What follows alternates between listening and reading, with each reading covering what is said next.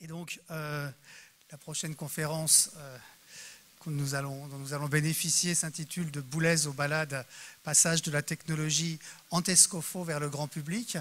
Et donc, c'est Archie Aconte, cofondateur de la société Antescofo SAS, qui va nous décrire un petit peu comment est-ce que, grâce à différentes étapes de recherche scientifique, eh bien, les scientifiques et les spécialistes de technologie, ainsi que les créateurs artistiques, ont pu mettre au point une application qui s'appelle Métronaute et qui est destinée à permettre d'accompagner par différents modes, que ce soit par le piano ou par un orchestre, des musiciens amateurs en écoutant ces musiciens, en s'adaptant à eux et en donc amplifiant et augmentant leur performance par des méthodes issues directement des dernières technologies en date qui ont été développées dans les laboratoires en concert, si je puis le dire, avec les créateurs artistiques, de sorte à ce que eh bien, ça ait un sens également au moment de l'utilisation dans un contexte réel. Et donc c'est de ça que Archia va nous parler maintenant. Je te passe la parole. Merci. Donc, bon, je suis Archie Aconte. Alors, je vais un peu vous dire d'où je viens. Donc, quand j'étais petit, j'avais deux passions, science et musique. Et je dis toujours que j'étais content de jamais avoir choisi l'un sur l'autre. Donc, c'est facile, en fait, d'en parler ici parce que vous êtes à Rennes. Déjà, cette journée, c'est l'incarnation de non-séparation de ces deux disciplines. Donc, je n'ai pas besoin de vous convaincre. Donc, sauf que vous êtes à Rennes, pour vous c'est facile en fait. Et si vous êtes passionné des deux, vous devez absolument intégrer les différents établissements qui sont là pour vous permettre à réaliser vos rêves. Dans mon cas, j'étais obligé de parcourir quelques milliers de kilomètres un peu partout dans le monde. Et donc, pendant longtemps, j'étais chercheur à INRIA et IRCAM à Paris. IRCAM, c'est un centre de recherche à côté du centre Pompidou qui est dédié à la musique et des sciences. Avec la particularité qu'on travaillait très souvent avec les artistes. Et depuis 2 ans, en fait, la technologie qu'on a développée pour pas mal d'artistes, on a essayé de le ramener vers le grand public. Donc, la technologie s'appelait Antescofo et l'application s'appelle Métronaute. C'est une application que vous pouvez télécharger dès maintenant sur vos portables ou tablettes. Alors, avant que je vous parle un peu de ce petit voyage, combien d'entre vous sont musiciens? Ça veut dire qu'ils jouent un instrument ou qu'ils chantent? Ah, presque tout le monde. Bon, bah, c'est pas étonnant, on est au JSM.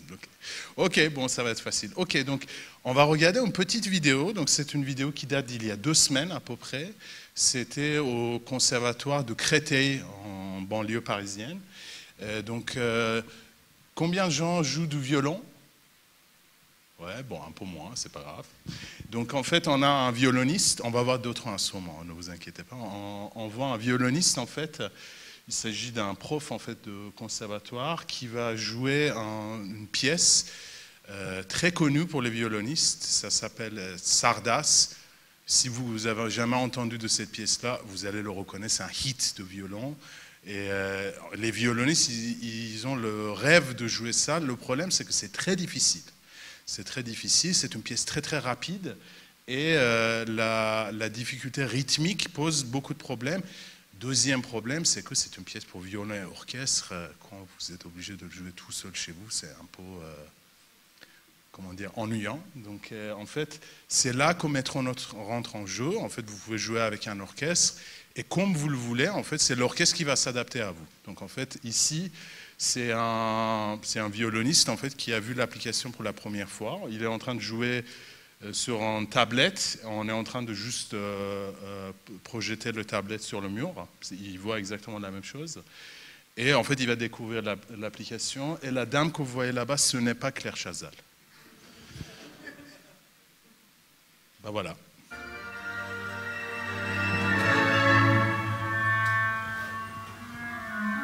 C'est un vrai orchestre. Enregistrement.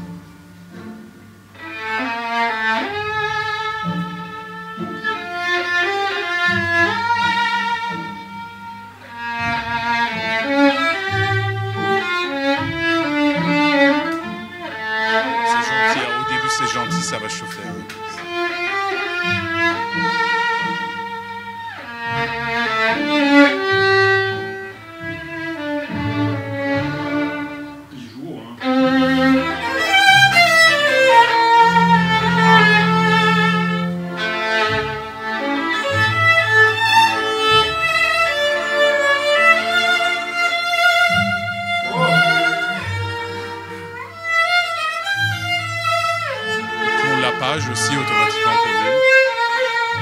regardez le petit chiffre en haut. On va le voir bientôt. Voilà, la deuxième partie va bientôt commencer. L'orchestre l'attend. Bravo. Point d'orgue.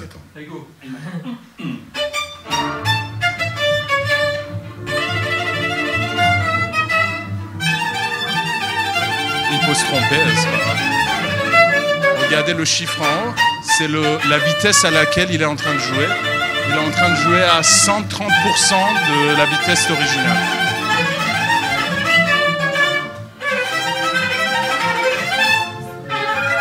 Bon, tout le monde ne peut pas faire ça.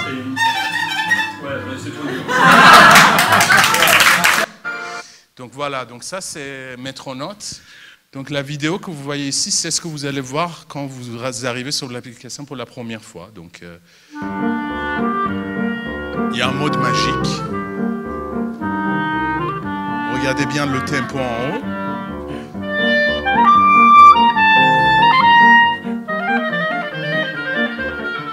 Donc là, typiquement, c'est une pièce en fait qui a un peu de rythme.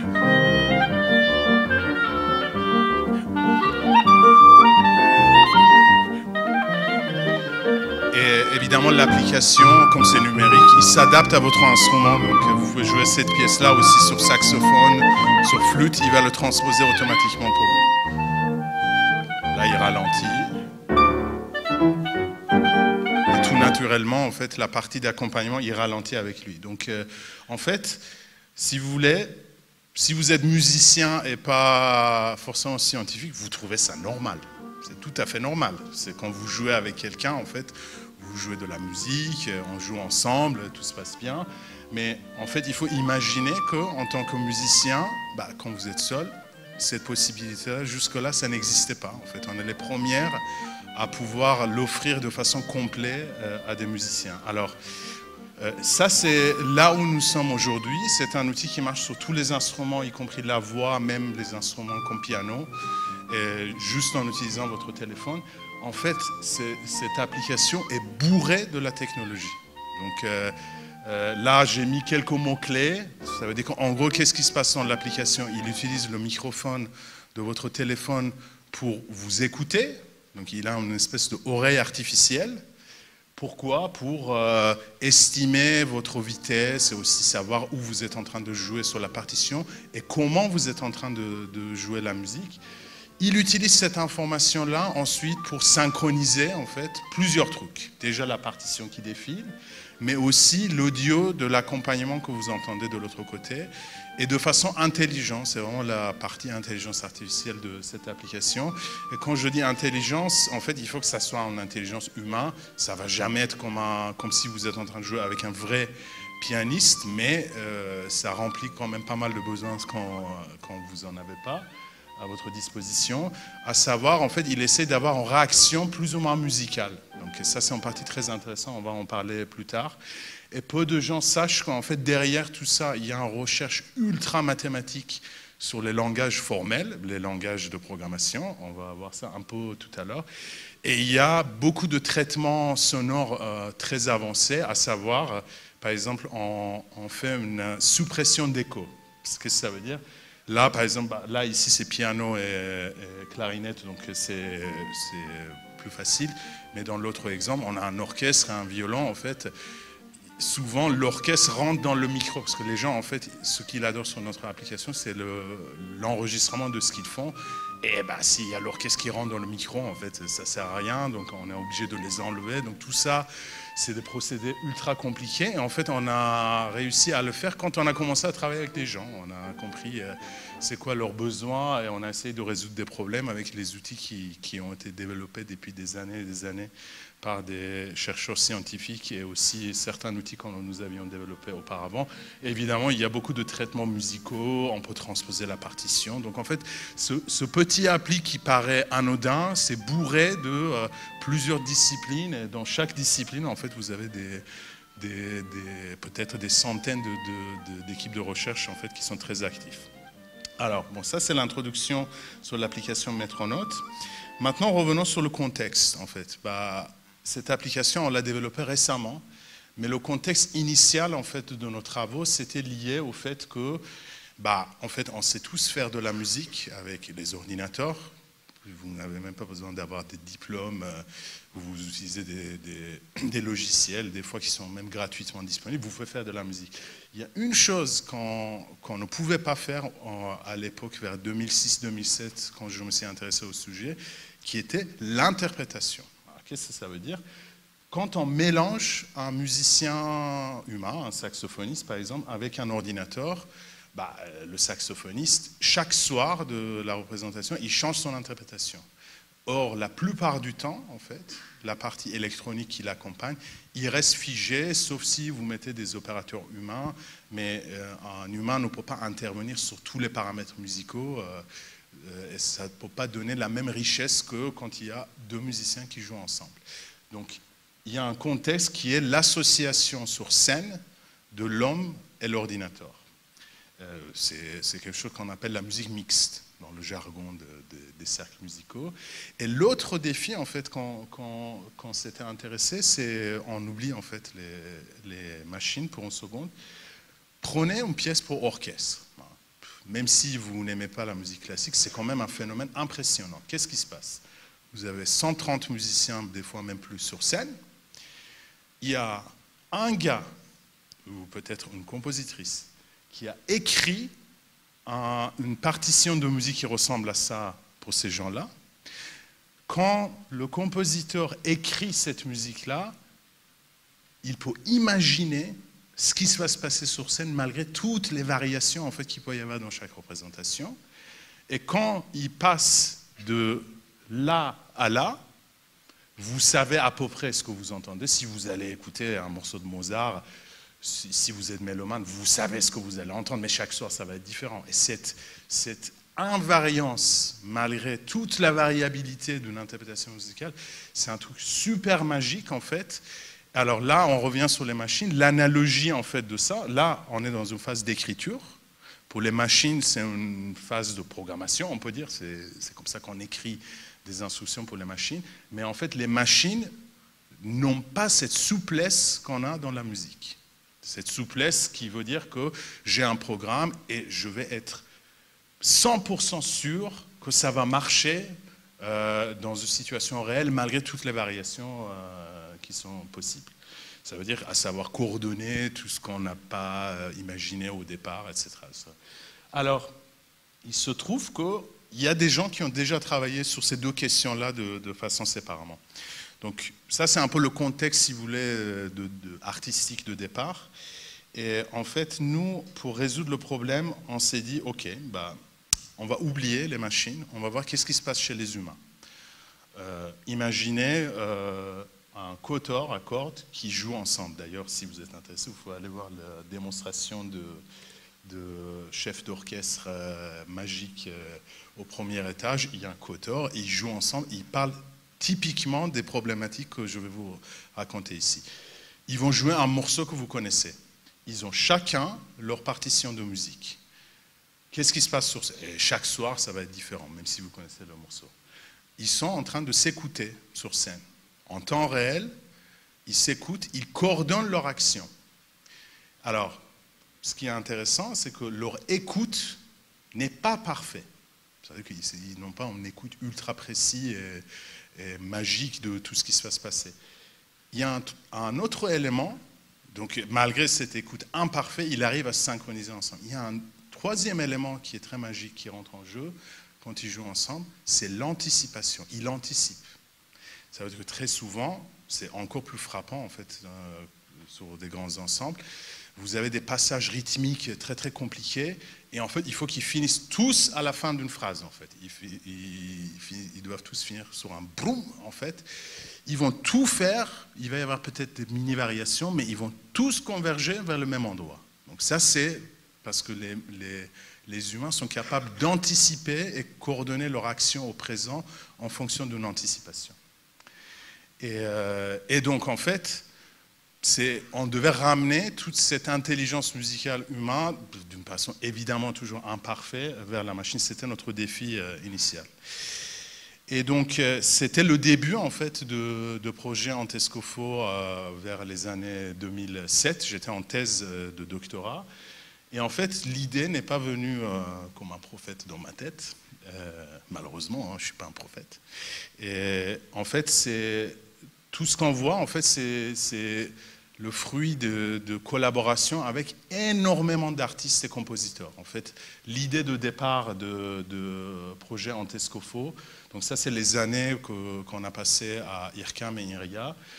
L'idée de départ, c'était une idée de compositeur Marco Stropa, c'est un compositeur de musique électronique, mais aussi musique contemporaine, qui a dit, écoute, moi je sais faire de la musique avec les ordinateurs, mais essayons de résoudre cette histoire d'interprète virtuel. Moi je veux que mon saxophoniste, en fait, soit complètement libre et que l'électronique s'adapte à lui chaque soir de façon complètement musicale et autonome. Donc ça, c'était vraiment l'idée de départ. Et ça a donné en fait naissance à une pièce qui s'appelle Off Silence pour saxophone électronique en temps réel qui a été mis en scène en 2007 au Japon. Ensuite, si vous voulez, comme le problématique c'est assez musical, petit à petit, plus de compositeurs, même avec des variances, j'ai envie de dire, je ne suis pas compositeur donc je peux dire ce que je veux, avec une variance esthétique très très différente qui sont venus vers nous. On a aujourd'hui, si vous connaissez la musique de Pierre Boulez c'était un figure très très important de musique contemporaine dans le monde, mais aussi un chef d'orchestre très très connu. Il a des pièces qui sont un peu dures, je dois vous dire que j'adore, mais bon, je sais que c'est pas au goût de tout le monde, mais il a des pièces aussi qui sont très accessibles, mais surtout très spectaculaires, quand c'est avec des grands orchestres de l'électronique qui se diffusent en temps réel en salle. Je me souviens très bien que je venais de finir ma thèse et on m'a dit « Ok, tu penses que ton truc marche, on va t'envoyer à Los Angeles et tu vas jouer avec Philharmonique de Los Angeles. » Donc il faut m'imaginer, je savais à peine lire une partition et encore moins en partition de Pierre Boulez, mais je me suis formé tout seul. On a fait un concert avec ce système-là. J'ai pas mal de chevaux blancs qui viennent de ce soir-là, par ailleurs, parce que vous avez 150 personnes dans l'orchestre avec les meilleurs chefs du monde devant vous et 2500 personnes quand même en salle. Et en fait, ce que personne ne se rend compte, c'est que le petit gars derrière l'ordinateur, c'est lui qui diffuse des sons dans les 25 haut-parleurs autour de la scène, quoi. Donc, s'il y a une pchite, tout le monde va me regarder, quoi. Donc ça, c'était en 2008. Et en fait, au fur et à mesure, on a amélioré, on a rendu le système plus robuste. Et tout ça, c'était des défis scientifiques. Là, on voit un peu quelques points forts en fait de l'évolution de la technologie. Ensuite, nous avons eu la chance de travailler avec Philippe Manoury, un compositeur très connu justement de milieu d'informatique musicale. Pour ceux qui ne le connaissent pas, peut-être vous connaissez le logiciel Pure Data et Max, en fait, qui sont maintenant des standards dans tout ce qui est art interactif. En fait, Philippe Manoury est en grande partie à l'origine en fait de cette invention-là dans les années 80. En fait, on a créé une pièce de Philippe Manoury Tensio qui a demandé des défis encore plus compliqués. Ensuite, Jonathan Harvey, Emmanuel Nunes, par exemple. Emmanuel Nunes, je me souviens, c'est un compositeur portugais qui écrit de musique très très complexe. Il nous a beaucoup aidé pour que l'écriture rythmique en fait de notre technologie soit musicale. Donc, moi je m'en foutais, hein, on mettait des rythmes assez simples, mais il nous a aidé justement pour enrichir le vocabulaire rythmique de trucs. Et aussi beaucoup de jeunes compositeurs qui se sont incroyablement investis sur le projet. Julia Blondo, qui est en ce moment résident à Villa Médicis à Rome, et tant d'autres. Et en fait, petit à petit, aujourd'hui, il y a une communauté de, je ne veux pas dire milliers, mais quelques centaines de compositeurs très très passionnés qui utilisent de façon continue Antescofo. Avant, je comptais tous les concerts et compagnie. Maintenant, aujourd'hui, je ne peux pas. Malheureusement, mais en fait, c'est la mayonnaise, si vous voulez, a pris dans ce milieu. Alors, la photo que vous voyez là-bas à droite, ça date de 2008. C'était pendant les préparations, en fait, d'un des concerts dans lesquels on utilisait de la techno. Juste pour vous dire que c'était extrêmement important pour nous de faire de la recherche scientifique pour résoudre un problème réel qui venait des musiciens. Et donc, on se déplaçait toujours pendant les concerts, ça c'est une chose, c'est très important d'être au contact en fait des problèmes que vous voulez résoudre. Et deuxième chose, j'ai oublié la deuxième chose, c'est pas grave. Ah, deuxième chose, en fait, c'est un truc incroyable. Donc souvent, quand on est chercheur scientifique, on résout le problème, 6 mois, 1 an. Quand on travaille sur des projets comme ça, on devait absolument avoir un résultat le jour du concert. Je ne pouvais pas imaginer aller dire, bon, écoutez, j'ai encore besoin de 6 mois et le concert est demain avec 2000 personnes dans la salle. Et en fait, ça nous a mis en tant que chercheurs assez par terre pour ne pas être sectaire sur le type de solution qu'on est en train de proposer. Donc, on n'a pas arrêté à changer nos champs de recherche et trouver toutes les solutions possibles qui bougeaient pour répondre aux besoins des musiciens. Parce que je ne pouvais pas leur dire, écoute, ça ne marche pas, tu vois, cette équation, ils s'en foutaient, ils voulaient faire son concert. Donc ça, c'est la deuxième chose qui était importante. Alors, pourquoi c'est un problème compliqué? En fait, le vrai problématique dans tout ça, quand on va associer l'homme et la machine sur scène et ramener la richesse de l'écriture musicale, même traditionnelle, en informatique, c'est le temps. Et en fait, il n'y a pas un temps musical, il y a les temps musicaux. Il y a une multitude, mais par exemple, si on regarde juste l'écriture simple tout en haut, ce qu'on appelle l'écriture symbolique de la musique, des notes, machin, déjà dans une écriture symbolique, on a plusieurs temps. On a plusieurs temps, il y a une écriture musicale, ça c'est le temps symbolique, mais même à l'intérieur de ça, vous avez ce qu'on appelle le temps strié, le temps pulsé, ça tout le monde le connaît. On a aussi le temps lisse. Le temps lisse, en fait, c'est un temps qui est lisse, qui n'est pas pulsé. Dans certaines musiques, vous en avez musique d'ambiance, tout ça. En fait, c'est du temps lisse, c'est pas le temps que vous comptez. Et aussi, vous avez aussi des événements qui sont hors temps. Alors ça, c'est bizarre. Il y a même un compositeur grec qui l'a vachement formalisé au XXe siècle, qui s'appelait Xenakis. Mais le hors temps, en fait, c'est des événements, en gros, qui existent dans l'espace, mais qui ne contribuent pas au temps. Alors pour les musiciens classiques, je vois que vous êtes tous presque musiciens, l'apogéature, c'est un événement hors temps. Ça veut dire que l'apogéature, c'est des petites notes, en fait. Vous pouvez les jouer quand vous voulez, mais ça ne contribue pas forcément au tempo de l'interprétation. C'est un événement hors temps. Alors, on oublie ça c'est l'écriture.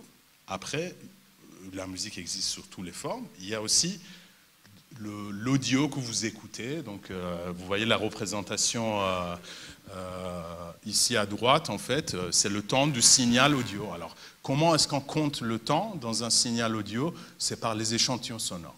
Donc, voilà. Après, vous avez le temps de la machine. Donc, le temps dans vos téléphones, dans vos ordinateurs. Il y a plusieurs définitions du temps, en fait. Il y a un temps qui est compté, après vous avez le temps d'affichage graphique, vous avez le temps de calcul.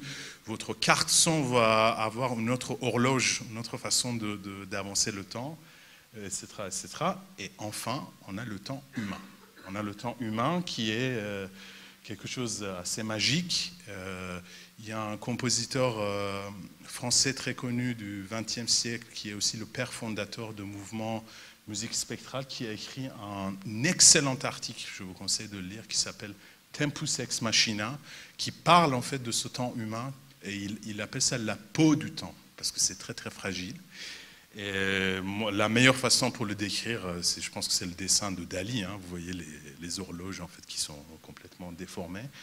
Et en fait, ce temps humain est extrêmement important. C'est dans mes exposés précédentes, quand j'avais beaucoup de temps, je montrais 2 extraits en fait de 2 interprétations d'une fugue de Bach. Tout le monde écoutait. Je disais dites-moi c'est lequel qui est le plus long en fait. Pour tout le monde, c'était à peu près la même durée, mais il y en avait un qui était exactement la moitié. Et en fait, c'est la magie de la musique. Des fois, vous sentez pas le temps passer. Donc en fait, tout ça, c'est des différents moyens de compter le temps, de décrire le temps. Et en fait, si on veut réunir l'homme et la machine, il faut réunir ces différents temps. C'est très simple à décrire. C'était pas aussi simple à résoudre. Et en fait, aussi pour réunir la machine, il fallait que, comme on a vu dans les démonstrations de l'application Metronote, Il faut que la machine soit capable d'écouter, il faut qu'il ait une oreille artificielle. Donc, comme on a pris le modèle de l'être humain, on sait que l'oreille n'est pas parfaite. Donc, ce n'est pas la peine de faire des années de recherche pour avoir une oreille parfaite, parce que la finalité musicale ne demande pas d'avoir une oreille parfaite. Mais derrière, en fait, il faut savoir utiliser cette perception artificielle pour entreprendre des actions. Ça veut dire que c'est simple, hein, oublier les machines. Notre perception sans notre capacité d'entreprendre des actions ne sert à rien. D'ailleurs, il y a des chercheurs en sciences cognitives qui ont très bien compris ça, et ils étudient toujours la perception et action comme un couple non séparable. Et ici, on doit faire la même chose. Il y a un autre truc que j'ai oublié de vous dire quand on regardait le côte à corde, c'est l'incroyable phénomène de gestion de fautes. Quand il y a un musicien qui se trompe sur scène, il n'y en a pas un qui va cracher. L'ordinateur ne s'arrête pas. C'est ce qu'on appelle tout bêtement tolérance aux fautes. C'est un sujet extrêmement complexe en informatique. En fait, la meilleure équivalence de ça, il y a même des équipes ici à Rennes qui travaillent là-dessus, l'équipe TI, je crois, si je ne me trompe pas, sur un avion. Sur un avion, vous êtes sur un avion. S'il y en a un des capteurs qui tombe en panne, vous espérez que l'avion ne va pas s'arrêter. On est tous d'accord? Donc en fait, moi, quand je fais des exposés scientifiques, je dis que bon, messieurs, on fait la même chose, sauf que chez nous, personne ne va mourir. Donc nous, en fait, c'est même pas une blague, parce que évidemment, c'est même pas une blague parce que personne ne va mourir, mais on utilise les mêmes technologies, en fait, qui sont embarquées sur les avions pour faire ce que je vous ai montré et je vais montrer tout à l'heure. Donc c'est un domaine de recherche qui s'appelle des systèmes temps réel critiques.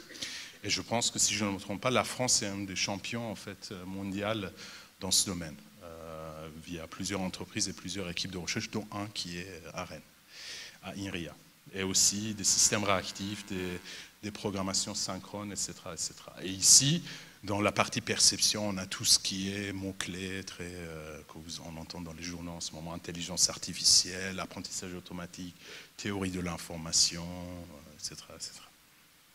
Alors, revenons sur le passage donc l'enjeu principal, c'est d'être capable de passer de l'écriture sur scène, ça veut dire du temps d'écriture vers une situation en temps réel où les choses se passent vite et ça ne se passe jamais comme vous l'avez imaginé, donc il y a beaucoup d'incertitudes, comme ça se fait chez un orchestre ou même dans la musique traditionnelle indienne ou autre.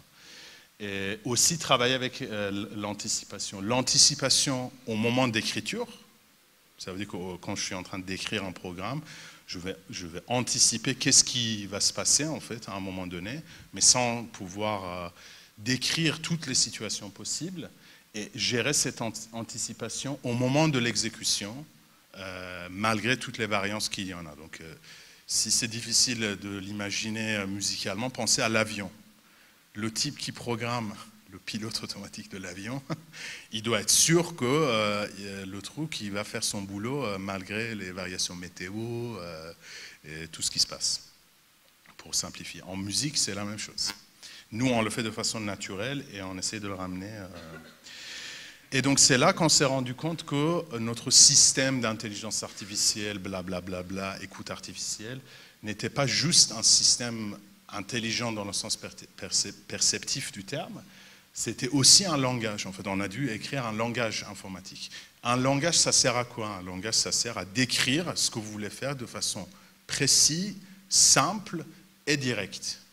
Et donc, c'est un langage que beaucoup d'artistes utilisent aujourd'hui, le type d'artistes que je vous ai décrit tout à l'heure. Il y a aussi des groupes de jazz, d'ailleurs, qui les utilisent, vous pouvez me poser la question, qui a comme but principal de décrire comment le temps passe. C'est extrêmement important. Et aussi de pouvoir travailler avec l'anticipation, des fois de façon indirecte. Par exemple, si vous voulez, ce phénomène que je vous ai dit où plusieurs musiciens qui jouent ensemble pour finir une fin de phrase, c'est un phénomène d'anticipation. Il est écrit dans la partition de façon indirecte. Peut-être un exemple formidable de ça, c'est alors j'ai oublié le nom exact, mais peut-être que quelqu'un dans le public peut m'aider. En fait, il y a une forme de musique indienne où deux personnes en fait jouent deux rythmes complètement décalés ensemble. Et en fait, il y en a un premier, je pense que c'est Konokal, si je ne me trompe pas, mais bon, vous m'excuserez. Mais en fait, le premier musicien commence à jouer un rythme assez complexe, et la deuxième, il sait mentalement, quand il doit démarrer, ils sont tout le temps décalés pour que 10 minutes plus tard, pouf, ils finissent ensemble. C'est incroyable, mais c'est exactement ça. Mais si vous voulez, il n'est pas en train de raisonner en anticipation, c'est quelque chose d'inné, implicite en fait. On essayait de fournir un langage en fait qu'il fait. Et donc c'est un système temps réel qui prend ce langage-là, qui va l'exécuter. Donc en fait, une partition de musique, c'est un scénario temporel. Hein. Une grande partition d'orchestre avec 150 musiciens, il est en train de décrire en gros, grosso modo, qu'est-ce qui va se passer quand les 150 vont jouer ensemble. Donc c'est un scénario temporel complexe. Il faut respecter les contraintes et malgré toutes les variations et être tolérant aux fautes. Très important. Alors, je ne vais pas rentrer dans les détails du langage, mais c'est un langage mais qui est très axé sur comment on décrit le temps. Le langage, en fait, on l'a construit avec des musiciens. Donc, en fait, on a travaillé avec des musiciens qui avaient l'habitude de travailler avec l'ordinateur et on regardait à chaque fois qu'ils prenaient la tête pour décrire quelque chose de très simple, par exemple une boucle musicale en fait, qui évoluait au fur et à mesure, un peu comme la musique de Steve Reich, pour prendre un exemple simple. On essayait de réfléchir comment on peut faire en sorte que, parce qu'il imagine en quelques secondes dans sa tête, comment est-ce qu'on peut réduire le temps de passage de son imagination vers la machine. Donc c'est là qu'on a inventé un langage. C'est un langage qui décrit beaucoup le temps.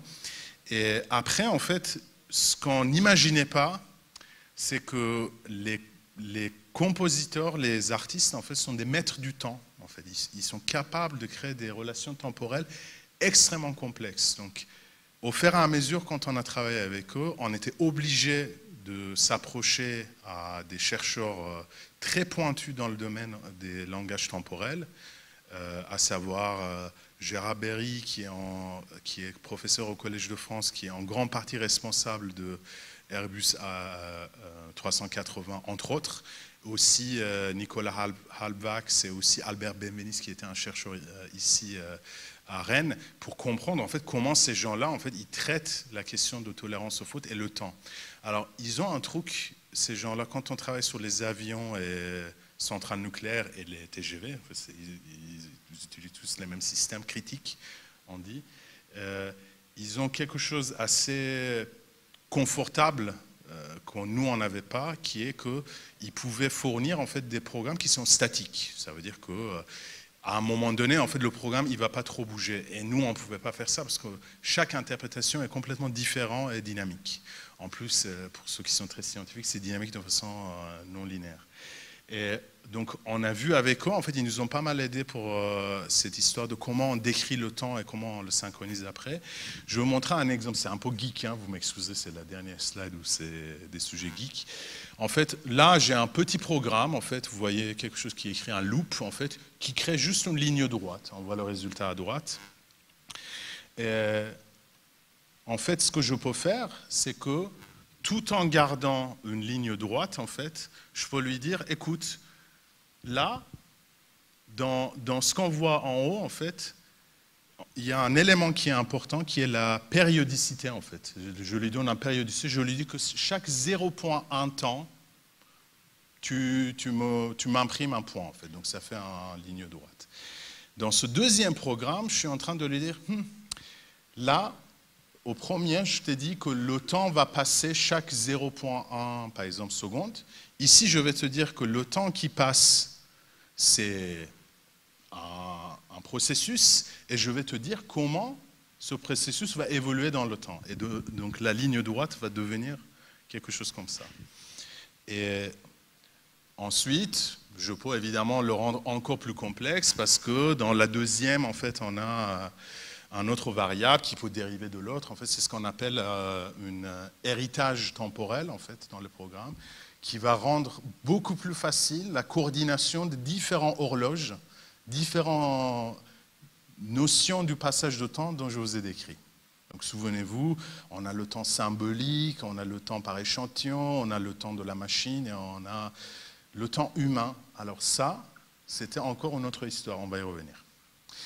Et en fait, ce langage a permis à des gens, en fait, d'écrire des choses à laquelle ils étaient à l'aise à imaginer, mais ils ne pouvaient pas facilement le décrire pour la machine, en fait. Ça veut dire que quelque part, nos moyens de leur permettre de composer, en fait, ça les limitait dans leur imagination. Là, vous voyez une partition de compositrice Julia Blondeau. En fait, en haut, vous avez une partition pour la partie instrumentale humaine, en fait, c'est une écriture traditionnelle. En bas, en fait, vous voyez toute la partie, disons, électronique. Et alors, par électronique, entendez tout ce qui est électronique. Hein. On peut contrôler la lumière, on peut contrôler un robot sur scène, on peut contrôler des effets sonores, des instruments virtuels, tout ce que vous voulez. Alors, ça, c'est la partie écriture. Revenons sur le temps humain. Alors, ça, c'était un problème extrêmement complexe. Donc, on s'est pris la tête beaucoup. On a testé beaucoup d'algorithmes, tout ce que vous voulez. En 2007, en fait, je suis tombé sur des recherches sur le cerveau, en fait, qui nous ont extrêmement inspirés, qui ont été inspirés eux-mêmes d'un phénomène qui avait été découvert au XVIIe siècle par Huygens, qui s'appelle le sympathie des horloges. Alors, au lieu de vous décrire qu'est-ce que c'est, on va voir une petite vidéo qui le décrit très très bien. Donc, est-ce qu'on peut avoir du son? Ouais. Donc, j'ai plusieurs métronomes, je lance. Ils sont complètement désynchrones. Maintenant, je vais les mettre sur 2 cannes de boissons gazeuses, pour ne pas faire de la publicité. Ils vont être liés mécaniquement. Alors, regardez bien.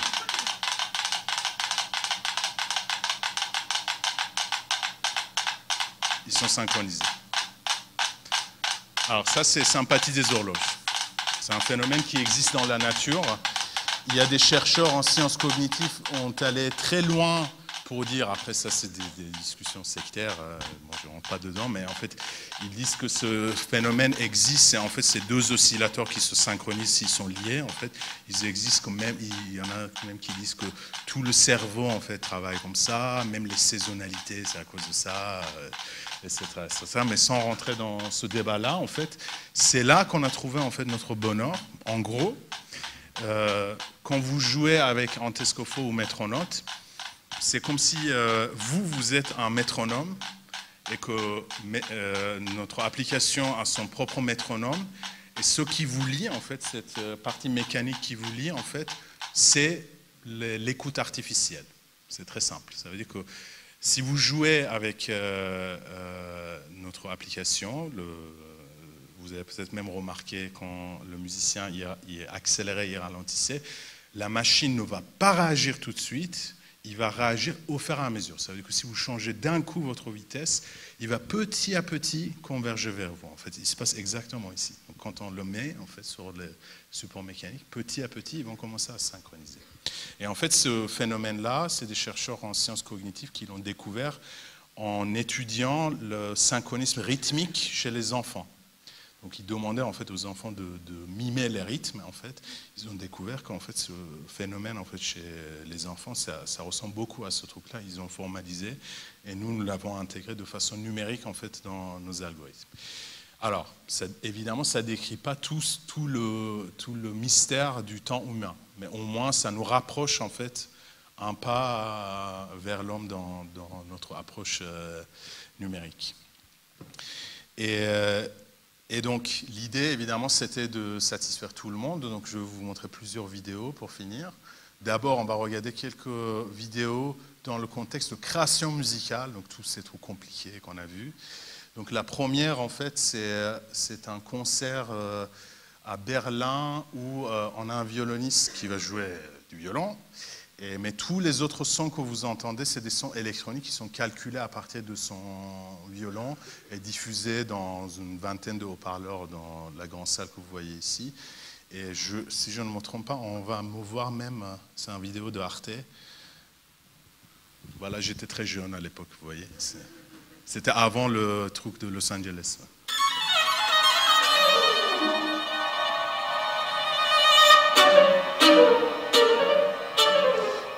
Alors cette pièce-là a été donnée aussi avec le même violoniste, c'est Michael Barenboim, à Paris, à Opéra Garnier, où un artiste anglais a utilisé justement Antescofo pour contrôler la lumière du plafond en fait. Donc la lumière du plafond, on faisait des mouvements qui étaient en fonction de rythme de violoniste sur scène. Et évidemment, chaque soir, c'était différent. Donc vous voyez en fait le son électronique qui est en train d'augmenter le son de violon. Et en fait, c'est pas juste une nappe sonore, il est en train de changer avec chaque note. C'est une pièce qui dure 30 minutes, on ne va pas tout écouter. Je vais vous montrer un autre exemple pour ceux qui sont un peu plus geeks. Donc c'est l'exemple de... Ah, je vais quand même le grandir parce que ça serait dommage.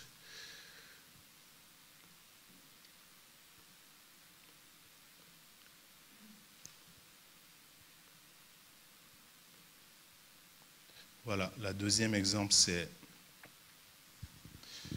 Alors là, on ne va pas voir l'altiste, on voit tout ce qui se passe dans la partie ordinateur. C'est une partition Antescofo. Donc on voit la partie humain, une représentation de la partie humain en haut, et tout ce qui est ici, en fait, en bas, c'est les instructions pour l'ordinateur. Donc des fois, on voit juste des instructions, des fois, on voit des courbes. Et ils vont tous s'adapter. Vous voyez des processus de spatialisation sonore. C'est pour alto et violon, alto et électronique.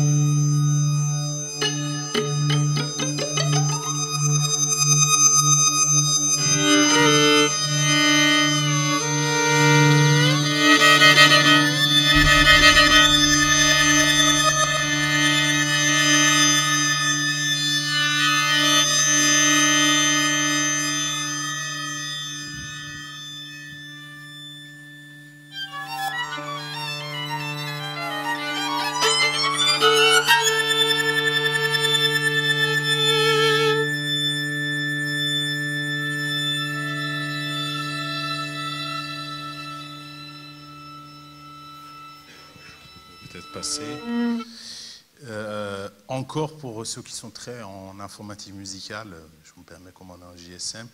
Un dernier, c'est celui-là, c'est une pièce de José Miguel Fernandez. Alors, si vous êtes dans la musique électronique, là, vous voyez vraiment le logiciel Max, en fait. C'est ce dont je vous ai parlé, qui est très connu. Ici, José Miguel, il utilise évidemment Max, mais il utilise aussi des processus de synthèse sonore. Ça veut dire qu'il crée des sons artificiels, mais de façon complètement dynamique, avec un autre logiciel qui s'appelle Super Collider. Et tout ça, c'est contrôlé en temps réel en fonction de l'interprétation de musiciens. C'est pour saxophone et électronique.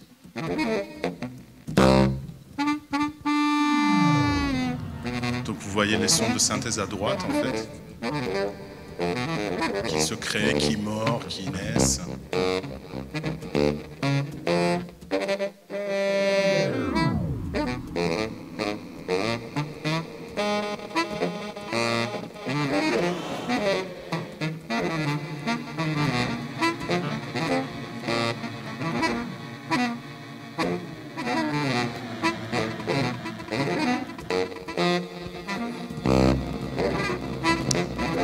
Ça, c'est juste pour montrer le type de défi auquel on faisait face. Et donc, en fait, la technologie Antescofo est toujours utilisée par la communauté artistique aujourd'hui. On sait, par exemple, qu'en juin, au festival Manifeste à Paris, il y avait à peu près 80% des pièces en fait, qui utilisaient notre technologie. Normalement, quand ça ne marche pas, on ne vient pas voir les informaticiens, on nous appelle quand ça ne marche pas, quoi. Donc, mais aujourd'hui, en fait, il y a 2 ans, on a décidé, comme on a vu tout à l'heure, que C'est une technologie qui a fait peut-être ses preuves dans le milieu de création musicale avec des grands orchestres. Donc on a eu des concerts avec tous les grands orchestres imaginables. Mais on veut le ramener vers le grand public. Donc ça, c'est l'incarnation de cette technologie au nom de Metronote. Donc c'est un mélange de métronome et astronaute. C'est pas moi qui ai choisi le nom. Mais l'idée, c'est intéressant parce que si vous imaginez, en fait, métronome, c'est peut-être l'outil de haute technologie qui est rentré dans le foyer de tous les musiciens. Parce qu'à l'époque, quand ça a été inventé, c'était de la high-tech, si vous voulez. Et donc, nous, on essaie d'augmenter cette notion-là. Comme vous avez vu, vous pouvez jouer à votre tempo, etc., etc. Et on était... Comme on était bourré de la technologie, Apple nous a adorés. On était app du jour plusieurs fois dans plusieurs pays. Et aujourd'hui, avec Metronote, il se passe beaucoup de choses à travers le monde. Chaque jour, on a quelques milliers d'utilisateurs qui utilisent l'application. C'est comme si on fait, dans notre tête, c'est comme si on fait quelques milliers de concerts par jour. On est présent dans tous les pays. Je vais vous montrer quelques exemples en fait, de ce qui se passe un peu avec Metronote sur plusieurs instruments. Donc, évidemment, là, on est dans le domaine de musique classique. Hein. Donc là, ils ont fait en fait un concert en Chine dans un atelier de professionnels de violoncelle. Il y avait 2000 violoncellistes. Ils ont décidé de faire un concert un soir avec Metronote sur scène. Donc en fait, c'est des violoncellistes qui jouaient des grands concertos en fait sur scène avec Metronote.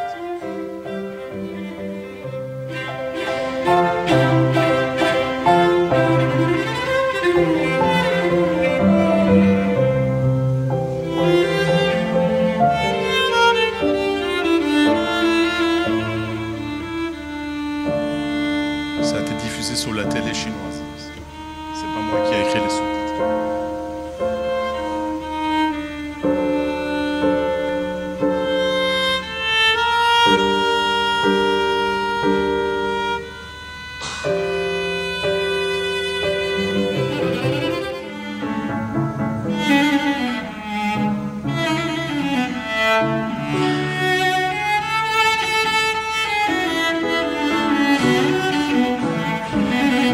Je vais peut-être arrêter là. Et aussi pour le piano.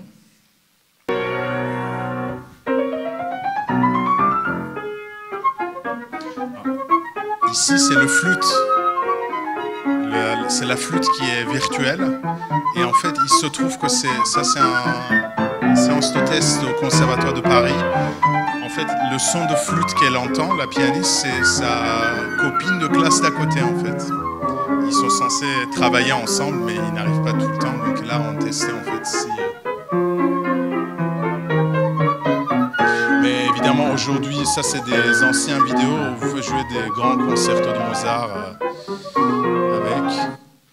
Et évidemment, le chant, parce que les chanteurs, il paraît que c'est les créatures musicales les plus solitaires au monde.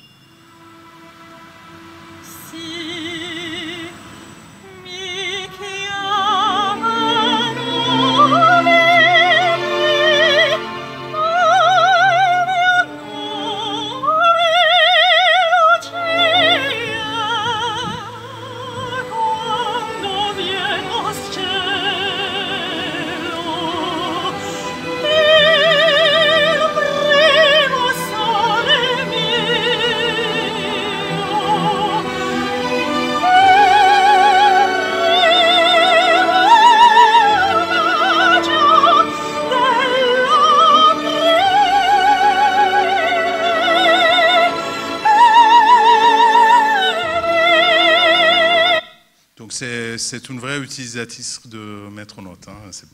C'est pas forcément promotionnel.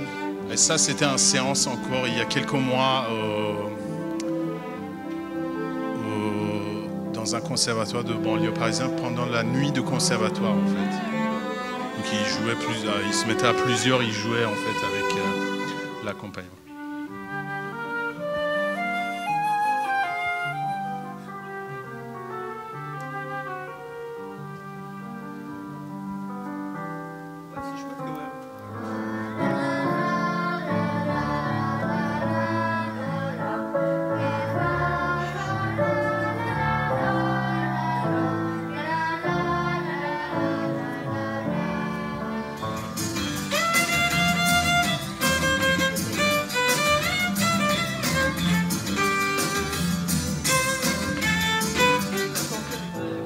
a ça aussi. Hein, c'est vrai.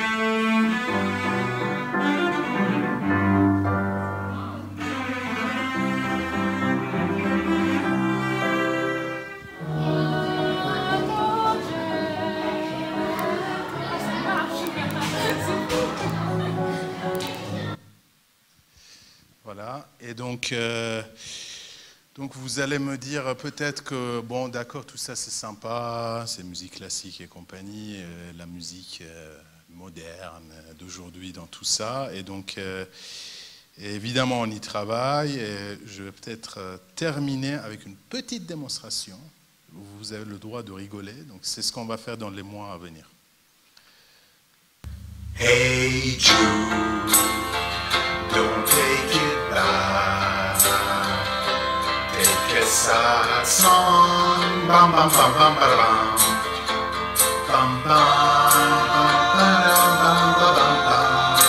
Bam bam bam bam bam bam bam.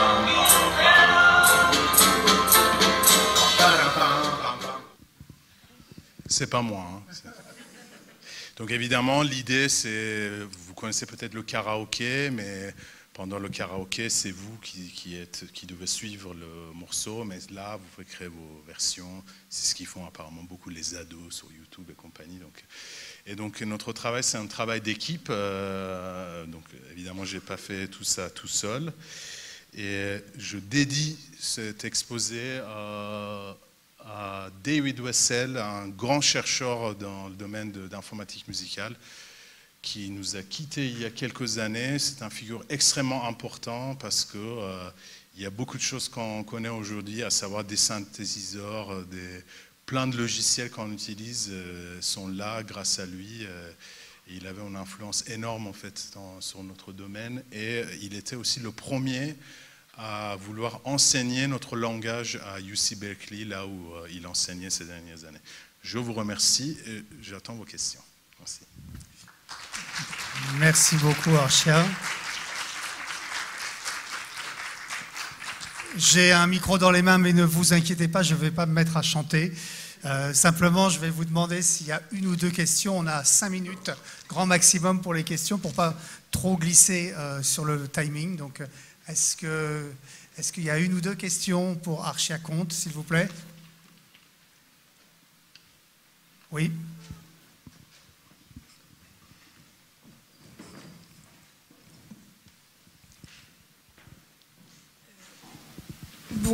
Bonjour. J'ai vu qu'il y avait beaucoup de morceaux que vous avez joués. Tout ça, c'était enregistré par des orchestres et joué, mais vous avez vous avez une banque de données de combien de morceaux? Aujourd'hui, on a 350, mais d'ici quelques mois, on va monter jusqu'à 2000. Donc, mais la plupart sont des accompagnements piano, mais enregistrés par des vrais pianistes. On a une trentaine de pièces d'orchestre, mais d'ici quelques mois, on va monter à 2000. Donc, l'application est jeune, hein, on l'a sortie l'année dernière. Ouais. Une autre question, peut-être juste pour terminer, le temps que Il y en a un. Je ne vois pas parce que je suis un peu perdu dans les haut-parleurs. C'est où la question? Ah oui, pardon.